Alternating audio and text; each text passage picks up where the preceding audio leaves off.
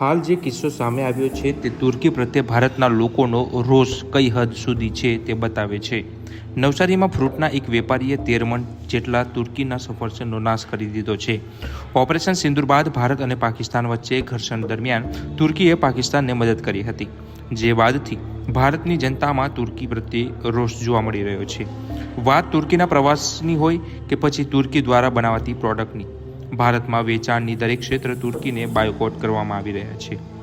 હાલ જે કિસ્સો સામે આવ્યો છે જે તુર્કી પ્રત્યે ભારતના લોકોમાં રોષ કઈ હદે જાય છે તે જોવા મળ્યું છે.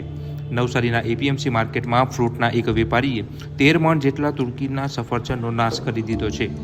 વેપારીએ તુર્કી સફરજન કચરા પેટીમાં નાખીને પોતાનો રોષ વ્યક્ત કર્યો હતો. મહત્વનું છે કે તુર્કીના પ્રવાસનું આયોજન કરનાર અનેક ભારતીયો પોતાના પ્રવાસ કેન્સલ કરી દીધા છે. ત્યારે આ રીતના નવસારીના જે આ વેપારી છે તે ઘણા લાંબા સમયથી જે વિદેશના જે ફ્રૂટો છે તેનું વેચાણ નવસારીમાં કરે છે. તેમાં પણ ખાસ કરીને સફરજન એ તુર્કીના ખૂબ પ્રખ્યાત છે. ત્યારે તેમણે જે 13 મણ જેટલા તુર્કીના જે સફરજન હતો તેનો કચરા પેટીમાં નાખીને તેનો નાશ કરવામાં આવ્યો હતો. ચાલો તેમના પાસેથી જાણીએ કે કેવો છે તેમનો આ રોષ અને જે આ તુર્કીના સફરજન જે નાશ કર્યો હતો. Chandrakant Pelumal Bhateja, PK fruit, Navsari, Viravar market, APMC. હું ઇમ્પોર્ટેડ ફ્રૂટનો ધંધો ધરાવું છું, પીકે ફ્રૂટ ટ્રેડમાર્કથી.